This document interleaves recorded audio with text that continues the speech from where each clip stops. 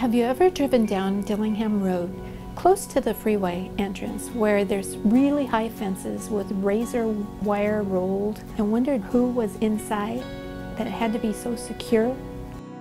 I did. Nearly 3 decades ago, I would try to go around any way I could to not have to go past that, because I always thought, what if somebody escaped and hijacked my car? About 7 years ago, I was at the Hawaiian Island Ministries Conference, and there were some men doing sign hula. They were actually a group of men who had all been in prison at one time. Something in my heart at that time sparked. Not a bonfire, but just something was planted there.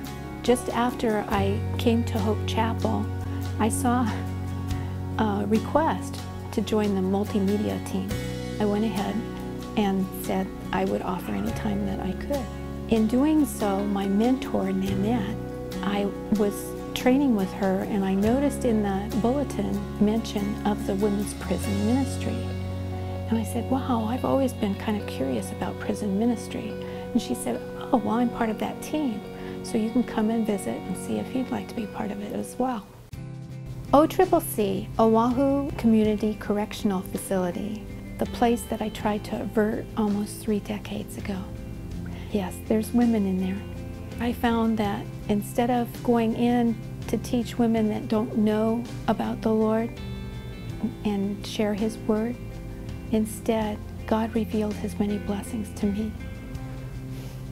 He was able to show His love, not only for me, but for others, and His strength in my weakness.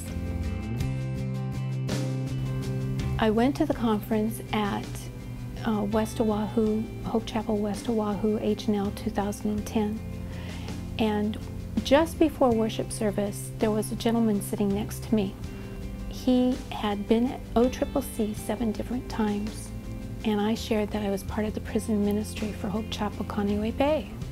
And he said, if it weren't for people taking their personal time coming to worship, he would still be incarcerated. It was because of the people that gave up of their time and talent going into OCCC that he found the Lord. This has been totally a God thing. I would never have chosen prison ministry. No, no, no. I thank God that it is part of my life. We show light in an otherwise dark area, the spiritual darkness. We do a small mini worship service. We give a message, we have worship, and lots of prayer.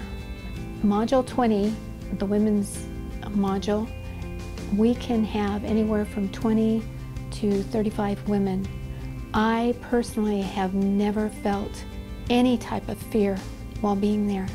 It's just such a wonderful place to be. If you feel that this is your ministry, that God is calling you, that maybe you have that little spark in your heart like I did, not a bonfire, maybe it is bonfire, come and visit us at the prison ministry table outside, and we will be able to answer any questions that you may have and just go with God and hear His voice.